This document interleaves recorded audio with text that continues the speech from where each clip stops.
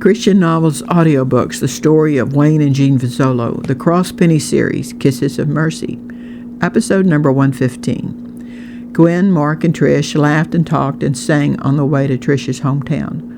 "Mark, before we go visit Pappy and Sassy Belle, do you mind if we go by my old church and my school and then drive by where the house was?" Trish asked as they passed the city limit sign. "Not at all. Just tell me where to turn," Mark replied. "Take a right at the next road," Trish pointed. "It's just before my favorite eating place, Bob's Barbecue." "Good. Then we know where we'll be eating lunch. My treat for all," Mark replied as he turned the corner. "Is this the church?" Gwen asked as she saw a steeple. "Yes, and according to the marquee, they still have the same pastor." Trish could hardly contain her excitement.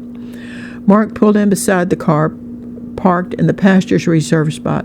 "Tell you what, Trish, why don't you see if he can visit with you for a little bit? We'll come with you to stretch out our legs and find a bathroom," Gwen interrupted. "Gwen, you should have said something. I would have stopped as many times as you needed me to," Mark replied. "I'll keep that in mind," she said as he helped her out of the truck. "At least I still fit past the steering wheel." She and Mark both laughed. "Not for long," he replied. Trish had already scrambled out on the other side. They walked up the sidewalk to the office, and Trish rang the doorbell. Surprised, the pastor greeted them and invited them in.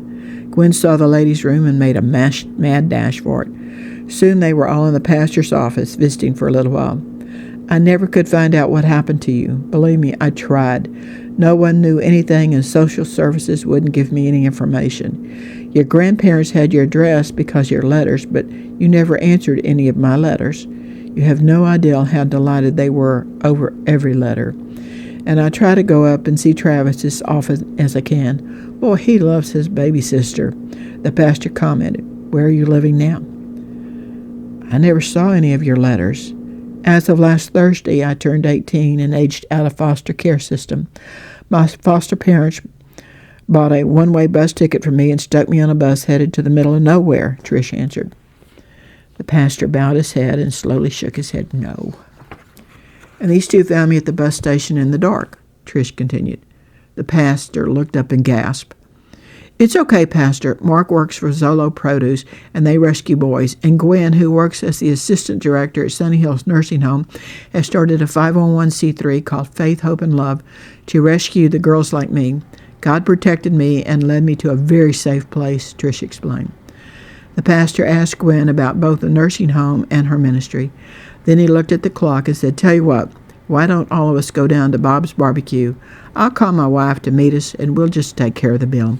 Then I'm sure Homa and Sassy Belle would love seeing you and visiting with you as long as possible." "Wow, this is delicious. I can see why it's your favorite place, Trish," Mark said. "And Pastor's," the pastor's wife said as she wadded her napkin up and put it on the thick paper plate. "Come on, Gwen. I'll go with you to the bathroom." She picked up her empty plate, and the pastor's nodded her head in the direction of the restroom and headed to the trash can by the restrooms. "That would be fine. It seems like I'm spending more and more time there." Gwen laughed as she took the remaining empty plates and followed. Before they left the restroom, they took a few minutes to talk while they washed their hands. "Gwen, is it in your power to move Sassy Belle and Homa and maybe even Travis down there to your nursing home so the family could be together again?" asked the pastor's wife.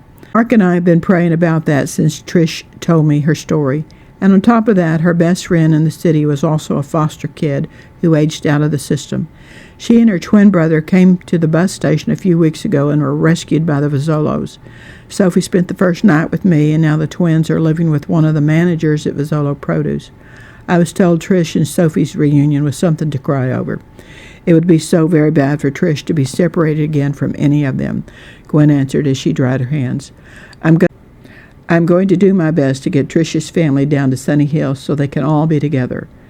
"Gwen, Pastor wants you and me to come back to his office for a few minutes after we take Trish over to the nursing home," Mark said as the two ladies came back to the table.